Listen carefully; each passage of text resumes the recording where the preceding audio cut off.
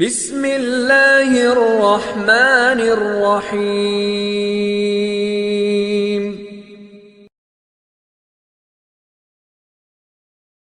بلبل حسین بجگر گوشہ خاتون قیامت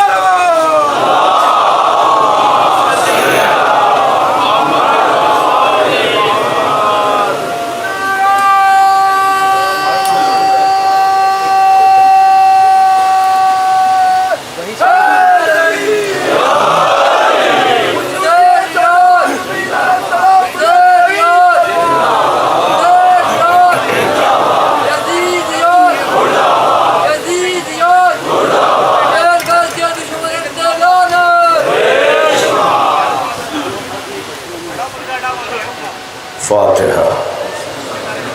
بسم اللہ الرحمن الرحیم الرحمن الرحیم مالک یوم الدین وإیاک نستعین اهدنا الصراط المستقیم صراط الذین أنعمت علیہم غیر المغضوب علیہم صل علی محمد۔ اعوذ باللہ من الشیطان الرجیم، بسم اللہ الرحمن الرحیم۔ الحمد للہ الذی لا یبلغ مدحته القائلون ولا يحصي نعماءه العادون ولا يعدي حقه المجتهدون الذي ليس لصفته حد محدود ولا نعت موجود ولا وقت معدود ولا أجل ممدود فطر الخلائق بقدرته ونشر الرياح برحمته والصلاة والسلام على الرسول المسدد المصطفى العمجد المحمود الأحمد سيدنا ومولانا ومولى الكونين جد الحسن والحسين عاني والقاسم محمد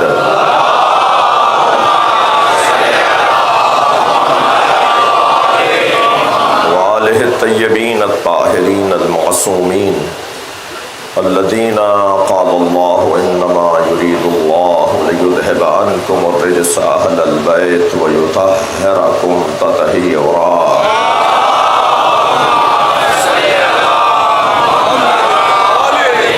ولعنة الله على أعدائهم أجمعين من يوم عداوتهم إلى قيام يوم الدين، أما بعد۔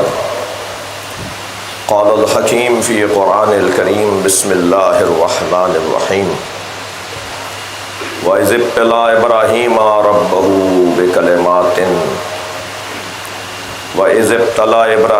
رَبَّهُ بِكَلِمَاتٍ فَأَتَمَّهُنَّ قَالَ إِنِّي جَاعِلُكَ لِلنَّاسِ إِمَامًا قَالَ وَمِنْ ذُرِّيَّتِي قَالَ لَا يَنَالُ عَهْدِ الظَّالِمِينَ۔ صلوات۔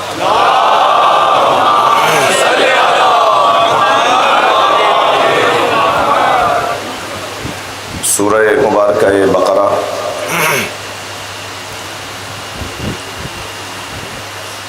آیہ امامت۔ اللہ نے اس کلام میں حضرت ابراہیم کو نبوت و رسالت کے بعد منصب امامت پر فائز کر رہا ہے، مگر اللہ حضرت ابراہیم سے امتحان لے کر، آزمائش لے کر اس منصب پر فائز کر رہا ہے۔ وہ کلمات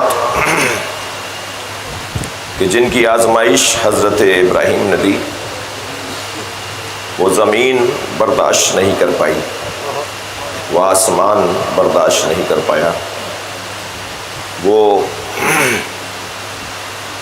امانت الہیہ بڑی سنگین جسے حضرت ابراہیم نے امتحان کی منزل سے گزارا۔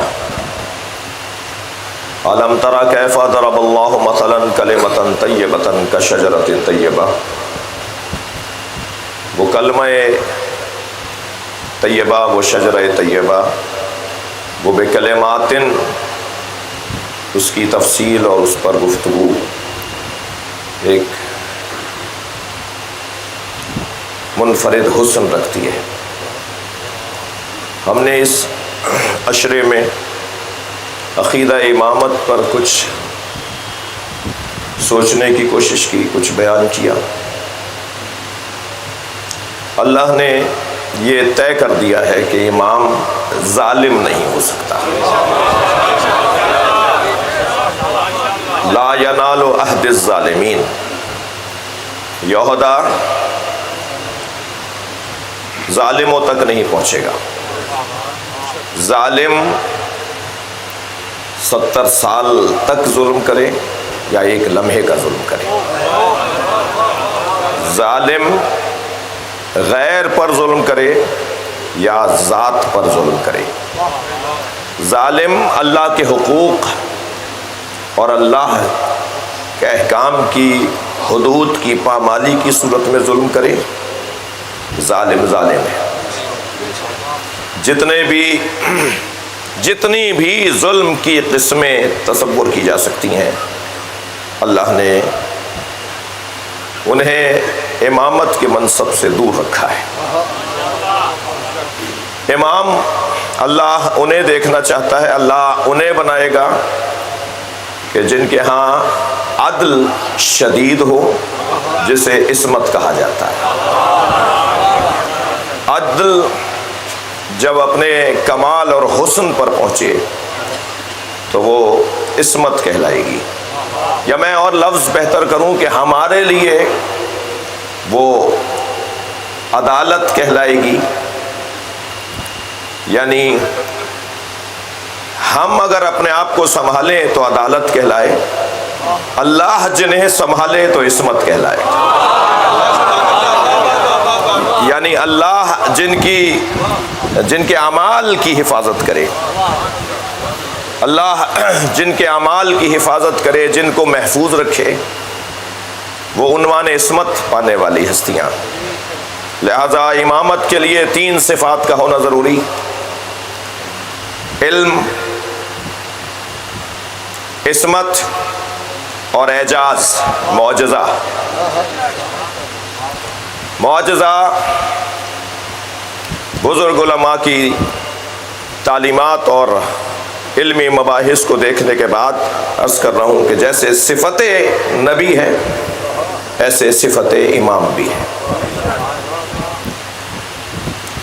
یہ 3 صفات کے حامل کو اللہ امامت عطا کرتا ہے۔ بحث بہت سے ضمنی موضوعات پر گفتگو ہو چکی ہے، جو مسلسل اپنی زیارت سے ہمیں شرف یاب کرتے رہے وہ مستحضر ہیں۔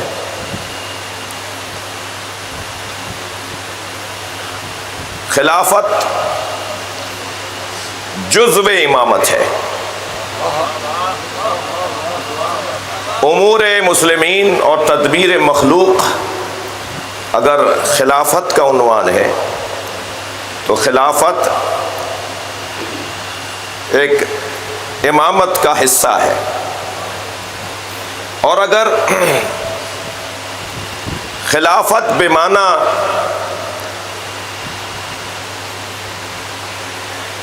استخلاف، یعنی حضرت آدم کو جس انداز سے اللہ نے خلیفہ بنایا تو وہی امامت بھی ہے۔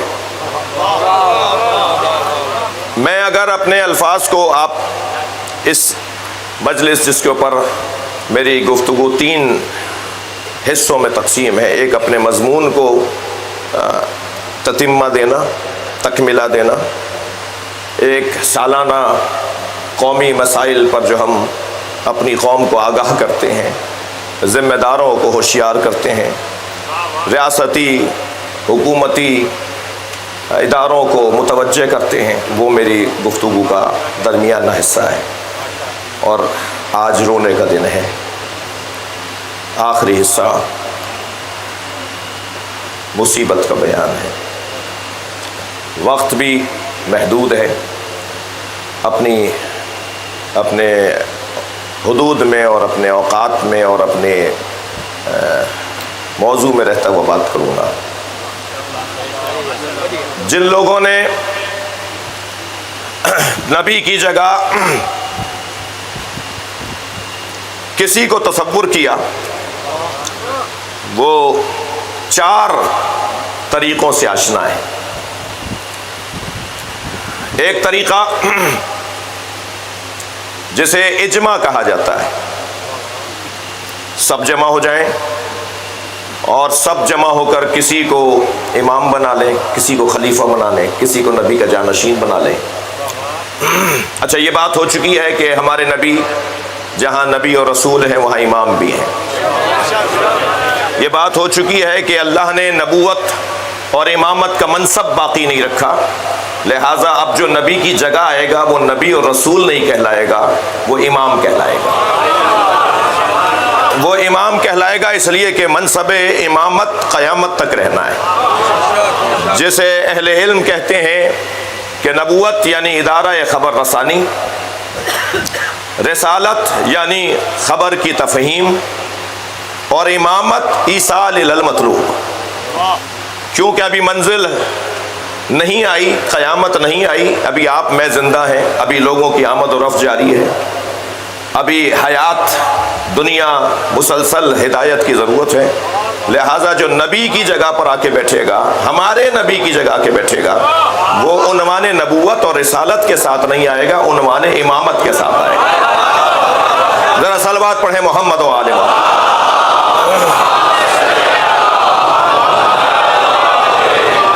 تو اب جو بھی نبی کی جگہ آئے وہ امام، اور اب امامت کا عنوان 4 طریقوں سے لوگوں نے تصور کیا ہے۔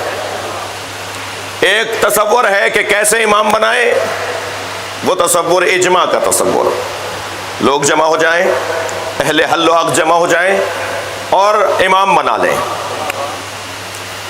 تو اس پر صرف ایک ہی جملہ کہوں گا، جی وہ اجماع ہی کیا جس میں علی نہ ہو۔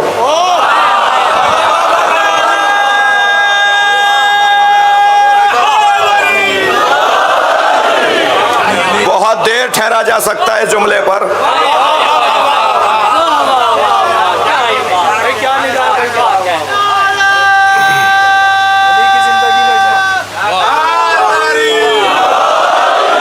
آپ مضمون سے آگاہ اور آشنا ہیں۔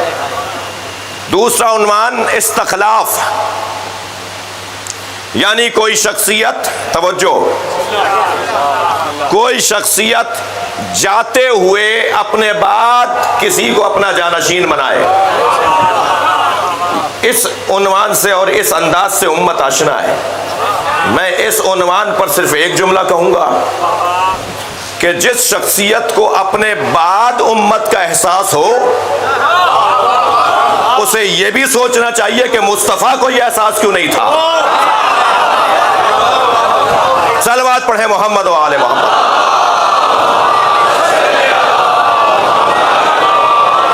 بھائی بڑی احتیاط کے ساتھ ان منزلوں کو گزار رہا ہوں۔ آپ محسوس کریں گے کہ یہ دوسرا عنوان ہے جسے امت نے استخلاف کہا۔ تیسرا عنوان اجماع، معاف کیجئے شورا۔ پہلا عنوان اجماع، دوسرا عنوان استخلاف، تیسرا عنوان شورا۔ مشورے سے کرتے ہیں، طے کر لیتے ہیں مشورہ کر کے۔ عزیزو، یہ تیسرا عنوان تاریخ کا حسین باب ہے۔ میں جس اینک سے اس باب کو دیکھ رہا ہوں وہ حسین ہے، جس اینک سے میں دیکھ رہا ہوں۔ پہلی مرتبہ، توجہ، علی نے آستینے چڑھا کر اپنے فضائل پڑھے۔ سلامات پڑھیں محمد و آل محمد۔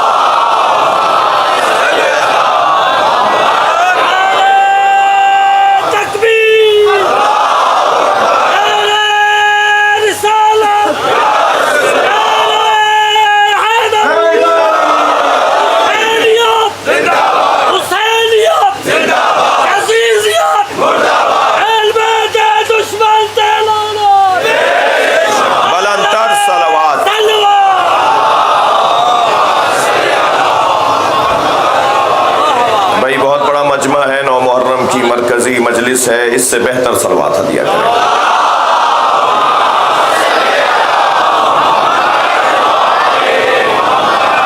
شورا. ان تینوں اصطلاحوں سے میرا مجمع آشنا ہے. چوتھا عنوان جسے بیان کرنے کی ذمہ داری اس ممبر کی ہے، وہ چوتھا عنوان یہ ہے کہ جس نے پہلا امام بنایا تھا وہی دوسرا بنائے گا. لہذا غدیر کی دھوپ ہوگی، پالانوں کا ممبر ہوگا، ایک بھائی کے ہاتھوں پہ دوسرا بھائی بلند ہوگا. میں امت سے گلہ کرنا چاہوں گا، جنہیں توجہ جملے پر، جنہیں رات کی تاریکی میں نبی کے ہاتھ سے گرنے والی سوئی نظر آ جاتی ہے، انہیں غدیر کی دھوپ میں علی کیوں نظر نہیں آتا؟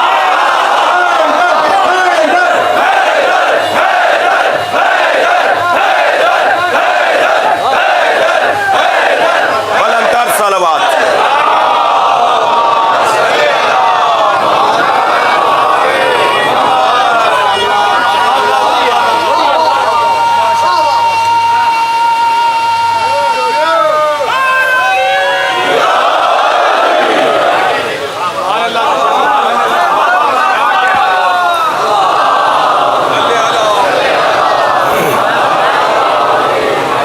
چوتھا عنوان، شکریہ، چوتھا عنوان اللہ امام بنائے گا. بھائی آج نہیں کل سب وہیں آئیں گے جہاں اللہ لانا چاہتا ہے. لا ینالو عہد الظالمین، اللہ کا یہ عہدہ ظالموں تک نہیں پہنچے گا. مجھے تو امام کے آنے کی خوشبو آ رہی ہے، امام کے ظہور کی خوشبو آ رہی ہے. حقائق کھلنا شروع ہو گئے، امام کے ظہور سے پہلے حقائق کھلیں گے جو کھلنا شروع ہو گئے. علمی بحث ہے، حق رکھتا ہوں طالب علم کی حیثیت سے، ایک مکتب کے طالب علم کی حیثیت سے، کہ میں اپنے اس مدعا کو اہتمام کے ساتھ منتقل کروں. ہم نبی کے بعد علی مولا کو اسی ادارے سے لیتے ہیں جس ادارے نے نبی کو نبی بنایا تھا،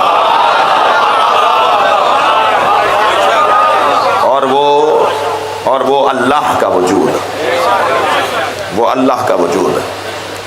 ان لم تفعل فما بلغت رسالتہ، اگر میرے حبیب آپ نے یہ کام نہیں کیا، فعل کی بات ہو رہی ہے، ان لم تقل نہیں کہا اللہ نے، اگر آپ نے نہیں بولا، صرف بولنے کی بات نہیں ہے، ہاتھوں میں اٹھا کے دکھائیں، سارے مجمع سے بیعت لیں، کوئی جانے نہ پائے. اہتمام تو دیکھیے علی کی ولایت کا، اہتمام تو دیکھیے امامت مولا کائنات کا. جو آگے چلے گئے انہیں واپس بلاؤ. میں یہاں ایک جملہ کہوں، وہ کون لوگ تھے جو نبی سے آگے چلے گئے تھے؟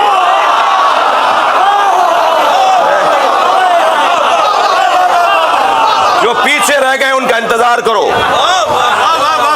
اور غدیر کے میدان میں میرے مولا نے اہتمام کے ساتھ، انتظام کے ساتھ، علماء کرام تشریف فرمائے، اہل دقت بیٹھے، پورے قرآن میں صیغہ بلغ ایک ہی دفعہ آیا ہے. تبلیغ کرو. اس خاندان کے الفاظ آئے ہیں، جو بلغون آیا ہے، دعوت کا لفظ آیا ہے جی، لیکن لفظ صیغہ امر بلغ، پہنچا دو نہیں، تبلیغ کرو. مجھے تبلیغ سے غرض ہے. اس لفظ کی حسن کے اوپر جائیے گا. پورے قرآن میں اللہ نے ایک ہی جگہ کہا ہے تبلیغ کرو، اور وہ بھی ولایت علی کی.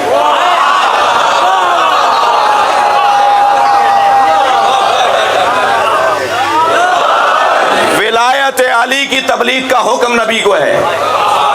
اور فَإِن لَمْ تَفْعَلْ، اگر آپ نے کام نہیں کیا، وَإِن لَمْ تَفْعَلْ، اگر آپ نے کام نہیں کیا، فَمَا بَلَّغْتَ رِسَالَتَهُ. جی، نبی کی عمر مبارک، سن مبارک، نبوی حیات 63 برس کی ہے.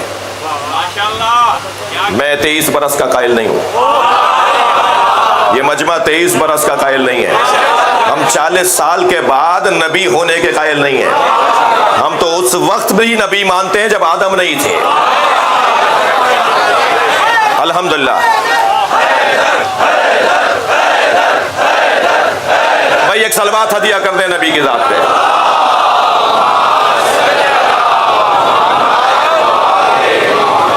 جی نبی مکرم کی 63 برس کی زندگی، اور نبوت کتنے برس کی ہے؟ بھائی ابھی بھی محمد الرسول اللہ پڑھ رہے ہیں نہیں آپ؟ جب آج بھی آپ محمد الرسول اللہ پڑھ رہے ہیں اور قیامت تک پڑھتے رہیں گے تو نبوت کتنی ہے؟ اب 63 برس کو 1400 سال تو ابھی ہو گئے نا، اور قیامت نہ جانے کب آئے گی؟ البتہ اللہ نے کہا ہے کہ قریب ہے۔ جی تو 1400 سال یہ ہو گئے، اور نہ جانے قیامت کب تک آئے گی، کب آئے گی؟ تو نبی کی نبوت تو چل رہی ہے۔ تو اتنی طویل نبوت میں 63 برس کو دیکھیے، اگر آپ نے علی نہ پہنچایا تو فما بلغت رسالتہ۔ جی کتنا طویل دورانیہ ہے جو نبی کا پیغام چلنا ہے۔ ہم مولا علی کو نفس مصطفیٰ مانتے ہیں، تمام کمالات سرکار نبی مکرم کے علی میں الا لا نبی آبادی، اور مولانا یہ بھی ہے کہ الا لا نبوت آبادی، حدیث دونوں ہے، لا نبوت آبادی بھی ہے اور لا نبی آبادی بھی ہے۔ کیا فرق ہے دونوں میں؟ نبی نے یہ بھی بتا دیا کہ میرے بعد کوئی نبی نہیں ہے، یہ بھی بتا دیا منصبی نہیں ہے، یہ منصبی نہیں رہے گا۔ نبوت کا کام مکمل، رسالت کا کام مکمل۔ اب تو جو نبوت اور رسالت نے پہنچایا اور سمجھایا ہے اسے سنبھالنا ہے، اس کا تحفظ ہے، لہذا تحفظ نبوت اور رسالت کو امامت کہا جاتا ہے۔ میں نے اپنا نتیجہ دے دیا۔ جی عقیدہ نبوت، عقیدہ امامت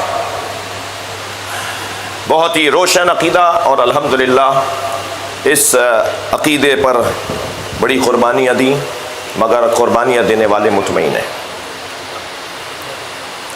یہ ذکر ہمیں مطمئن رکھتا ہے۔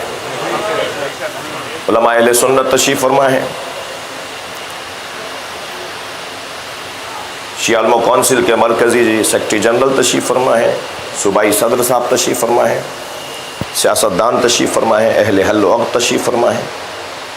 آج 9 محرم کی مجلس، یہ تو نہ میں سوچوں گا نہ آپ سوچ رہے ہیں کہ ہمیں گرمی لگ رہی ہے، پسینے آ رہے ہیں، کوئی دھوپ میں کھڑا ہے، کسی کو جگہ صحیح نہیں ملی۔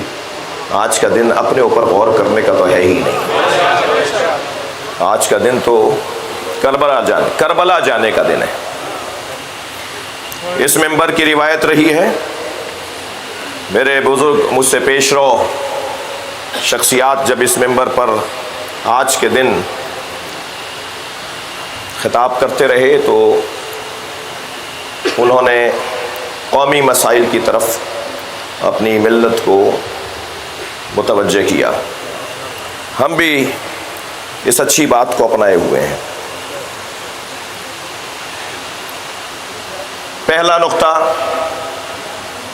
الحمدللہ ہم حسین والے وطن سے محبت کو جانتے ہیں۔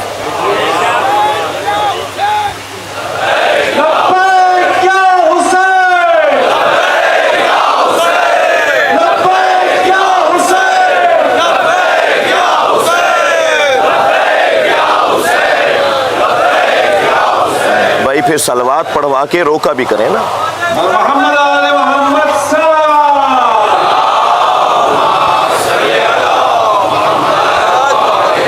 اس سے بہتر اور بلند صلوات پڑھ لیں۔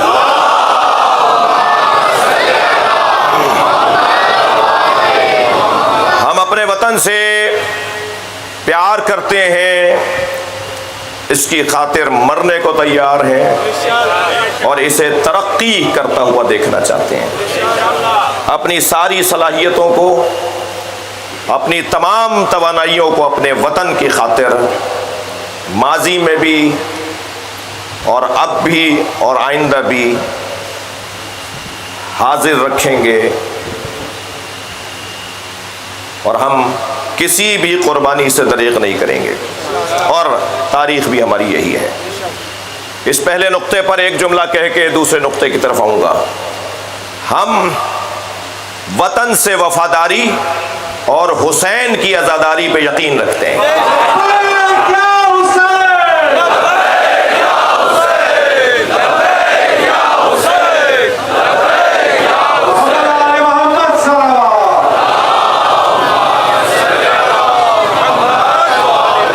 عزاداری سید الشہداء، نواسہ رسول کا غم ہمارے ہاں شہرگ حیات ہے۔ شیعہ اور عزادار ایک وجود کے دو نام ہیں۔ اگرچہ میرے سنی بھائی، میں یہ ہرگز نہیں کہہ رہا کہ وہ امام حسین کا غم نہیں مناتے، مگر ہماری شناخت ہی عزاداری ہے۔ جی، ہم اپنے بارے میں عرض یہ کروں گا کہ ہماری شناخت عزاداری ہے۔ ہم عزاداری کے بغیر، صرف ذہن قریب کرنے کے لیے جملہ کہہ رہا ہوں، ہم عزاداری کے بغیر ایسے ہیں جیسے مچھلی پانی کے بغیر۔ ہمارے ہاں تمام عبادات کی روح عزاداری ہے۔ ہمیں نماز کا پیغام یہ فرش عزا دیتا ہے، ہمیں روزے سے راغب یہ فرش عزا کرتا ہے، ہمیں حج پر یہ عزاداری بھیجتی ہے۔ عزاداری گویا ہماری تمام عبادات کی روح جان ہے۔ لہٰذا جب میں یہ بات کہہ رہا ہوں تو گویا یہ کہہ رہا ہوں کہ اس کی راہ میں رکاوٹ ڈالنے والے دوسرے الفاظ میں یہ کیوں نہیں کہہ دیتے کہ شیعہ ختم ہو جائیں۔ جب ہم عزاداری کے بغیر نہیں ہیں تو پھر آپ جب قدغنے لگاتے ہیں، پابندیاں لگاتے ہیں، رکاوٹیں کھڑی کرتے ہیں، جو بھی کرتے ہیں، جی میں نہیں جا رہا تفصیل میں، تو گویا وہ کوئی بھی ہو، وہ گویا ہمارے وجود کے منکر ہیں۔ لہذا اپیل کروں گا، اور اس بات کو ہم اس حق سے ہاتھ نہیں اٹھائیں گے، اور یہ ہمارا شہری، قانونی، انسانی حق ہے۔ تیسرا نقطہ، اس ملک میں خاص طور پر پنجاب میں پولیس انتظامیہ کی جانب سے ظالم و مظلوم، قاتل و مقتول، جابر و مجبور، دونوں کو ایک نگاہ سے دیکھا گیا ہے، 4th شیڈول کی صورت میں۔ شہری معتبر لوگ مختلف شہروں کے، خاص طور پہ پنجاب میں مختلف شہروں کے بزرگ شخصیات، صرف اس بنیاد پر کہ وہ اس شہر میں فعال ہیں، خدمت گزار ہیں، کام آتے ہیں لوگوں کے، ہر جگہ نظر آ رہے ہوتے ہیں، انہیں اس ٹائٹل کے تحت، اس عنوان کے تحت ڈال کر ان کے ساتھ توہین آمیز رویہ، بدسلوکی اور ہتک آمیز انداز، یہ قابل مذمت ہے۔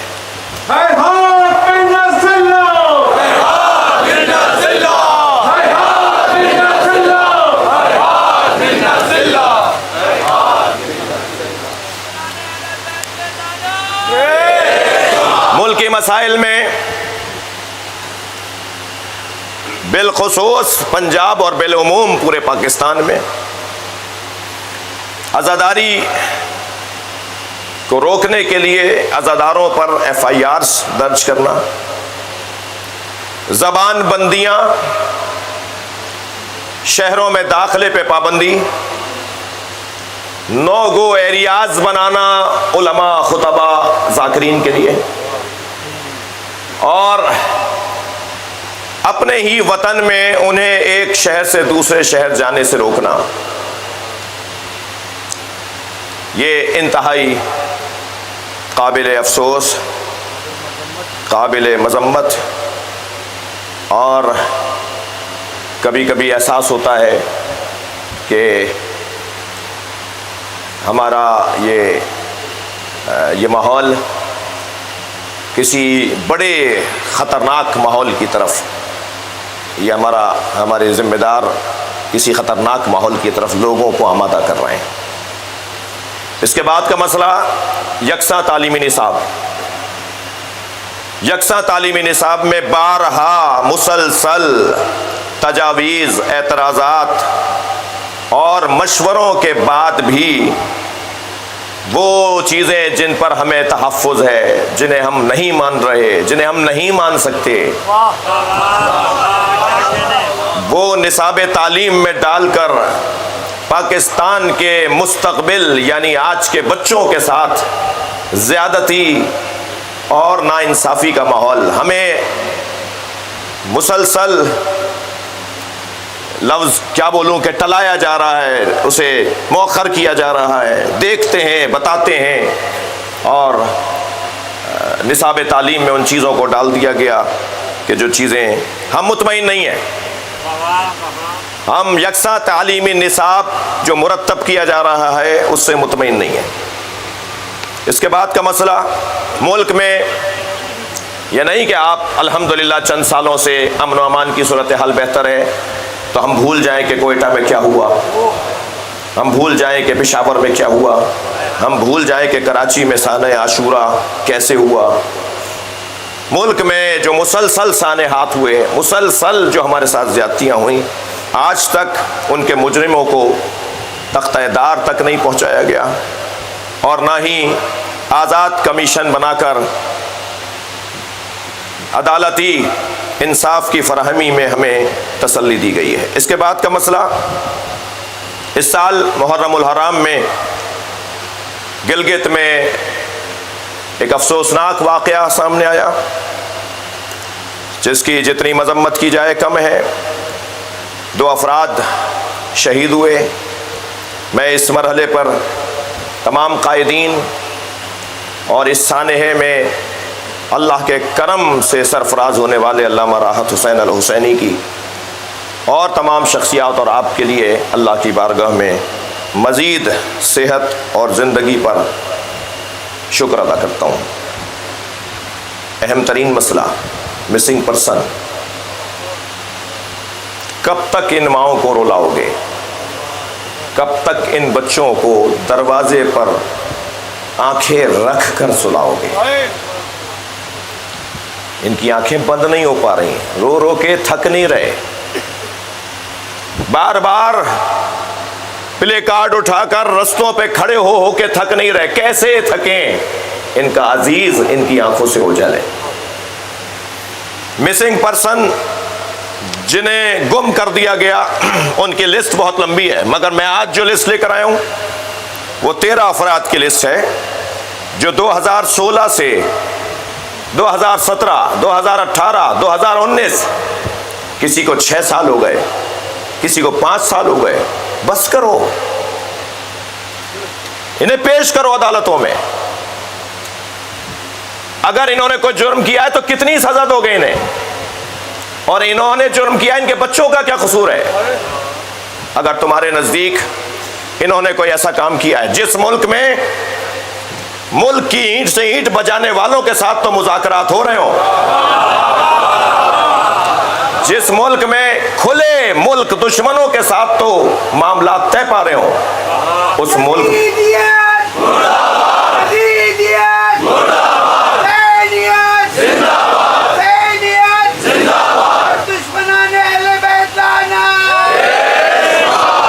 مسنگ پرسن کے یہ 13 نام اگر کوئی ذمہ دار مجھ سے چاہے گا تو ہم انہیں دیں گے۔ میں شخصیات سے جو یہاں تشریف فرما ہیں، میری مراد صرف جو مجھے نظر آ رہی ہیں وہ نہیں، ایک بڑی تعداد شخصیات کی ہے جو کسی کونے میں کھڑے ہو کے مجلس سن رہی ہے۔ میں ان سے بھی گزارش کروں گا کہ اپنا حصہ ڈالیے، اس میں بات کیجئے ان افراد سے، ان ذمہ داروں سے، اور سب کو پتا ہے کس سے بات کرنی ہے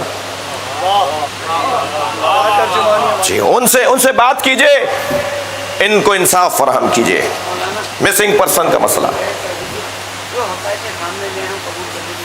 جو حقائق ہیں جو بھی انہوں نے مثلاً کچھ کیا ہے تو وہ سب کے سامنے لے آئیے۔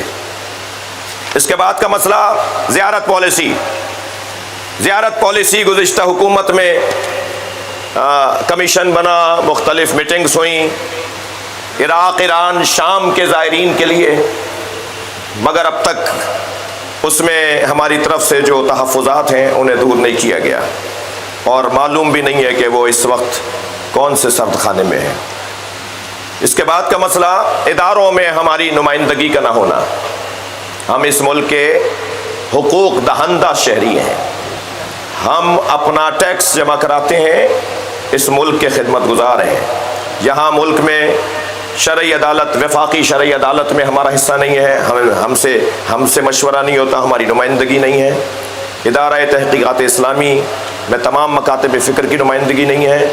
پرسنل لا کے حوالے سے ہماری آئین سازی باقی ہے، اور یہ مسئلہ جس کو میں آپ کے سامنے بیان کرتا ہوا گزروں کہ ملک اس وقت شدید معاشی بحران کا شکار ہے، لوگ انتہائی فقر، انتہائی غربت اور نچلی زندگی گزارنے پر مجبور ہیں۔ ملک میں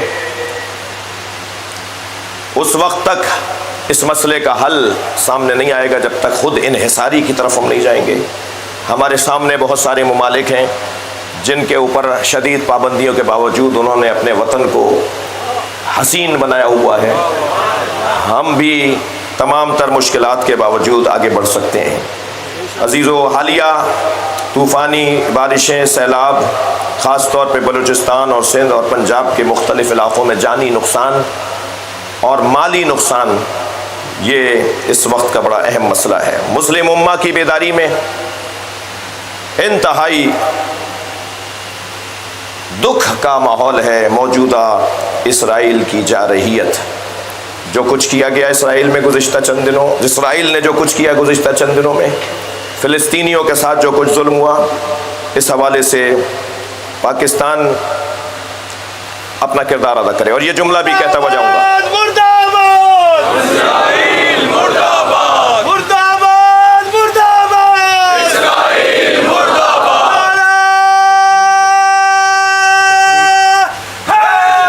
بھائی لکھا ہوا ہے، لکھا ہوا ہے۔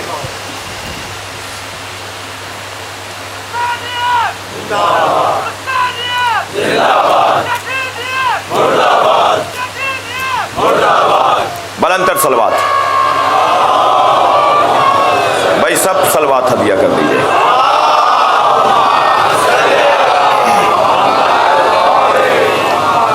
اسرائیل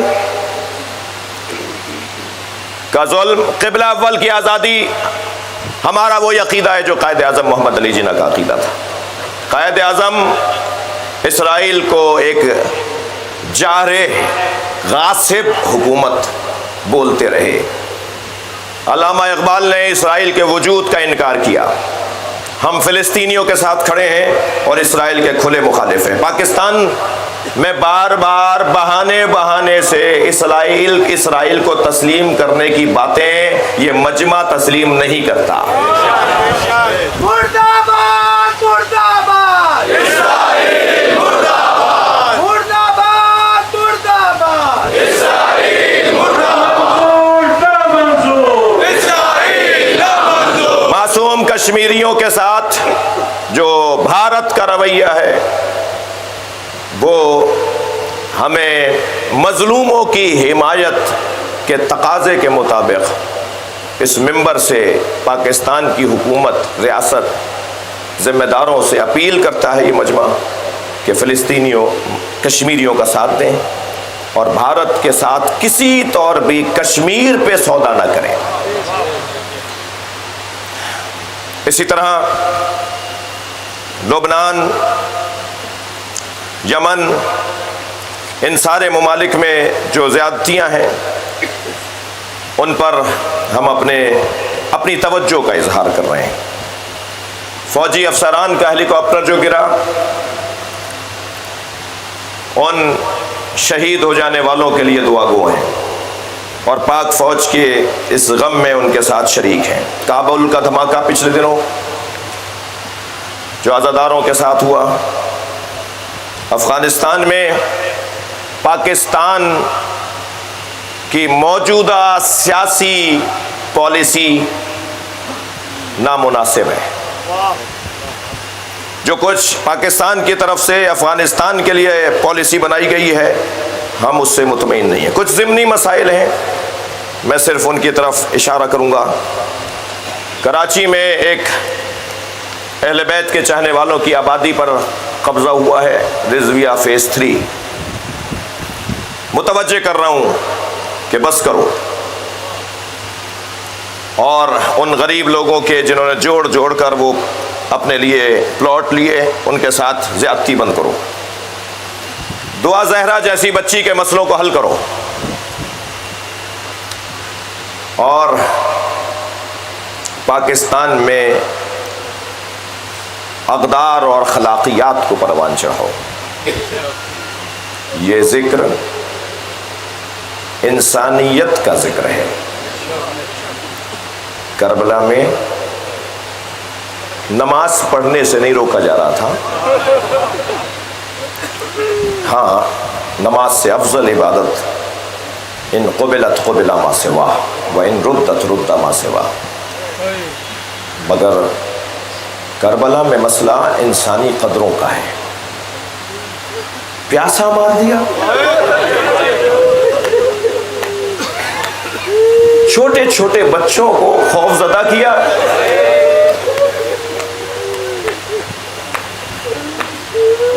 اگر بدر میں علی نے تمہارے بڑوں کو مارا تھا تو تم علی کے بیٹوں سے بدلہ لے دیتے۔ فرضاً علی کی بیٹیوں نے کیا کیا تھا؟ دنیا میں کہیں رائج نہیں ہے کہ بدلہ بیٹیوں سے لیا جائے، بدلہ چھوٹی چھوٹی بچیوں سے لیا جائے۔ عزادارو، حسین کو پیاسا مارا ہے۔ میرے مولا سجاد فرماتے ہیں وہ وقت جب میں سوچتا ہوں تو میرے آنسو نہیں رکتے کہ میرے بابا حسین علی اصغر کے لیے پانی مانگ رہے تھے۔ اجرکم اللہ، اجرکم اللہ۔ عزادارو، آمادہ ہیں گریہ کے لیے، آج 9 محرم ہے۔ حسین مولا نے عاشور کے دن لاشیں بہت اٹھائے، بلکہ میں لفظ ٹھیک کروں، سارے لاشیں خود اٹھائے، غلاموں کے لاشیں بھی کسی اور کو اٹھانے نہیں دیے۔ اجرکم اللہ۔ جب حر نے اپنے بیٹے کی آواز سنی نا کہ وہ مدد کو پکار رہا ہے، تو میں آپ سے پوچھوں، اولاد والے بیٹھے ہیں نا، کتنی جلدی حر گیا ہوگا بیٹے کے لاشے پر، بیٹے کے جنازے پر، بیٹے کے بدن پر جہاں وہ گرا ہے، زخمی ہے، شہید ہو گیا، وہاں کتنی جلدی پہنچا ہوگا۔ مگر سنیں گے جب حر پہنچا نا، حسین پہلے سے موجود تھے۔ امام نے حر کے بیٹے علی ابن حر کا لاشا اپنی گود میں اٹھایا ہوا تھا۔ حر نے آگے بڑھ کر کہا، مولا یہ غلام زادہ ہے، مولا میرے بچے کا لاشا مجھے دے دیجئے۔ تو امام نے فرمایا، حر جوان کی میت باپ نہیں اٹھاتا۔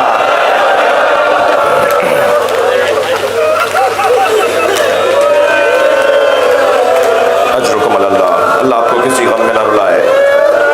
وقت کم ضرور ہے مگر مجھے جلدی نہیں ہے۔ بعض اوقات رونے کے لیے ایک جملہ کافی ہوتا ہے۔ میں آدھا گھنٹہ مسائل پڑھوں یا ایک جملہ کہہ دوں جس پر آپ گھر تک روتے جائیں۔ کربلا میں حرم امام حسین میں آیت اللہ شیرازی صاحب فتوائے تمباکو وہ مصائب سن رہے تھے اور ذاکر جلدی جلدی پڑھ رہا تھا، تو انہوں نے روتے ہوئے کہا، آہستہ آہستہ پڑھو، ہمیں رونے دو، ہمیں حسین پر گریہ کرنے دو۔ اور پھر اس نے ایک جملہ کہا جس پر وہ چیخیں مار کے روئے، اور کہتے ہیں 3 گھنٹے بے ہوش رہے۔ وہ جملہ سنیں گے کیا تھا؟ ذاکر نے کہا آواز دی گئی زینب کو دربار میں لایا جائے۔ اجرکم اللہ۔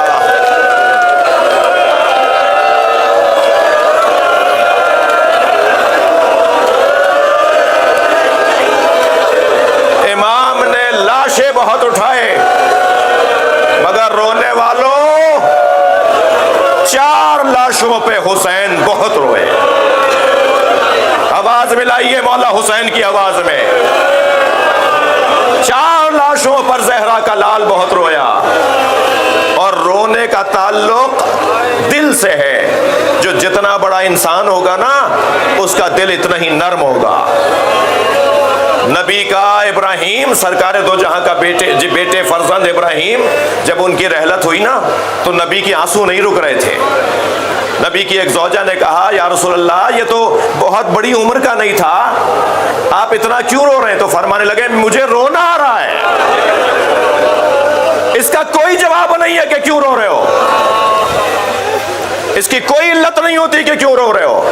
جو جتنا بڑا انسان ہوگا اس کا دل اتنا ہی نرم ہوگا. پہلا لاشا جس پہ حسین بہت روئے وہ قاسم کا لاشا, یتیم بھتیجے کا لاشا, اپنے بھائی حسن کی نشانی کا لاشا. دوسرے لاشے کا نام سنیں گے, وہ لاشا وہ ہے جسے حسین اٹھا کے نہ لائے. مولا میرا لاشا خیمے نہ لے جائیے گا. اجر و کمال اللہ, آوازوں کو آزاد کریں گے.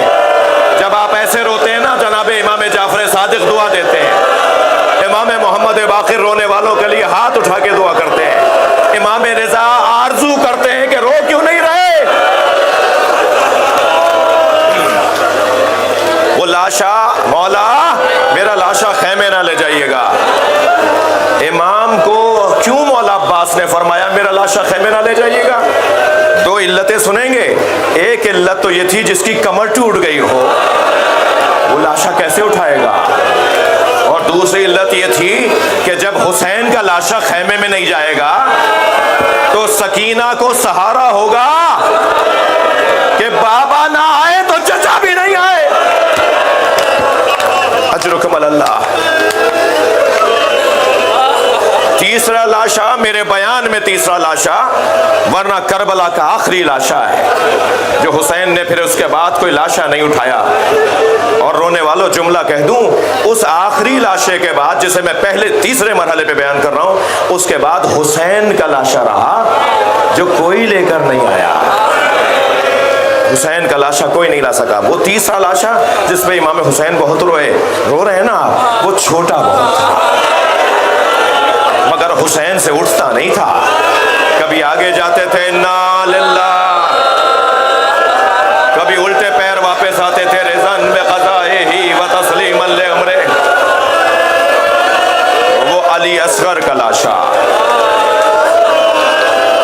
اور چوتھا لاشا چلیے حسین کے ساتھ اٹھوائیں. کوئی نہیں ہے جو لاشا یہ اٹھائے. حسین مولا غریب ہے کربلا میں. وہ چوتھا لاشا علی اکبر کا لاشا. اجر و کمال اللہ, اجر و کمال اللہ, اللہ آپ کو اجر و ثواب عطا فرمائے. حضرت علی اکبر کی شہادت میں جوانوں, حق ہے جوان ایسے ہی روئے. میں بہت سارے چہرے دیکھ رہا ہوں, کچھ کا حال غیر ہوتے دیکھ رہا ہوں, مگر مجھے یقین ہے کوئی مرے گا نہیں. اس لیے کہ جس زینب نے پالا تھا, جس ام لیلا نے سوارا تھا, جس حسین نے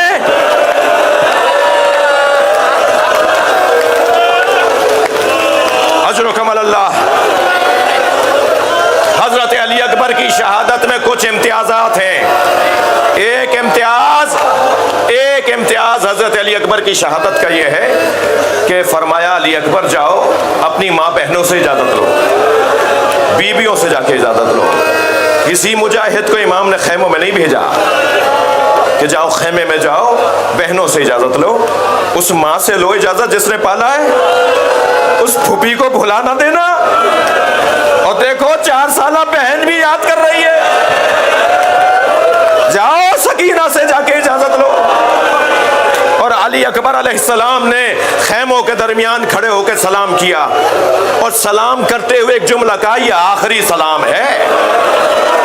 ساری بیبیاں خیموں سے باہر آئیں. ایک بڑے خیمے میں علی اکبر کو لے گئیں. کوئی ہاتھ پکڑ کے بات کر رہا ہے, کوئی شانے پہ ہاتھ رکھ کے بات کر رہا ہے, کوئی پیشانی کا بوسہ دے رہا ہے. اللہ علامہ ذیشان حیدر جوادی کے درجات بلند فرمائے. وہ فرمانے لگے ایک بی بی دامن پکڑے کھڑی ہے, پھر خود ہی رو کے کہنے لگے وہ چھوٹی بی بی ہے. ارحم غربتنا, علی اکبر ہماری غربت پہ رحم کرو.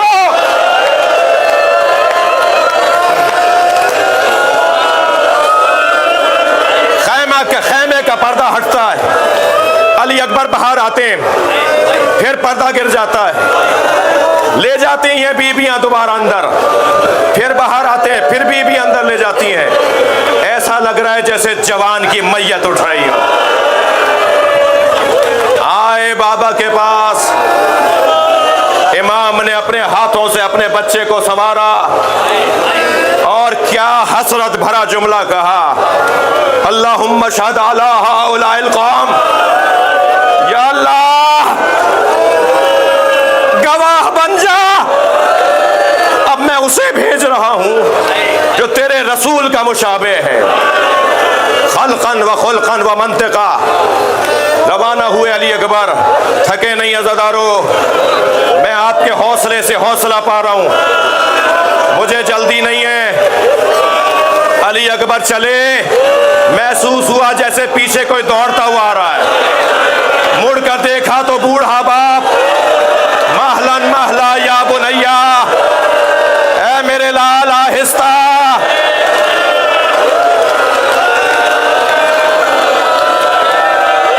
علی اکبر میدان میں پہنچے, جناب فضہ کو بلا کر امام حسین نے کہا اماں, اولاد کے حق میں ماں کی دعا کا خاص اثر ہے. اب یہ دوسرا امتیاز حضرت علی اکبر کا, اماں جا کے ام لیلہ سے کہو کہ دعا کرے ایک دفعہ اور علی اکبر کو دیکھ لوں. اب جناب ام لیلہ خیمے میں مصلی پہ کھڑی ہیں, سر پہ قرآن رکھا ہوا ہے. اے یعقوب سے یوسف کو ملانے والے, میرا یوسف مجھے ایک دفعہ اور دکھا دے. ابھی ام لیلہ کی دعا مکمل نہیں ہوئی تھی کہ علی اکبر کے تحت تکبیر کی آواز آئی. ماں در خیمہ پر گئی تو کیا دیکھا, علی اکبر بابا سے بات کر رہے ہیں, اور بات یہ کر رہے ہیں بابا چند گھونٹ پانی کے مل جاتے تو میں بتاتا کس کا پوتا ہوں, میں دشمن کو بتاتا کس حسین کا بچہ ہوں. اب ماں اس منظر کو دیکھ رہی ہے. شاعر نے اسے 4 مصروں میں نظم کیا ہے. شاعر کہتا ہے شدت پیاس سے اکبر نے پلٹ کر دیکھا. ماں خیمے کے دروازے سے دیکھ رہی ہے. شاعر کہتا ہے شدت پیاس سے اکبر نے پلٹ کر دیکھا, اور ماں نے خیمے کی تنابوں سے لپٹ کر دیکھا. کتنی مجبور تھی ساقی کوثر کی بہو,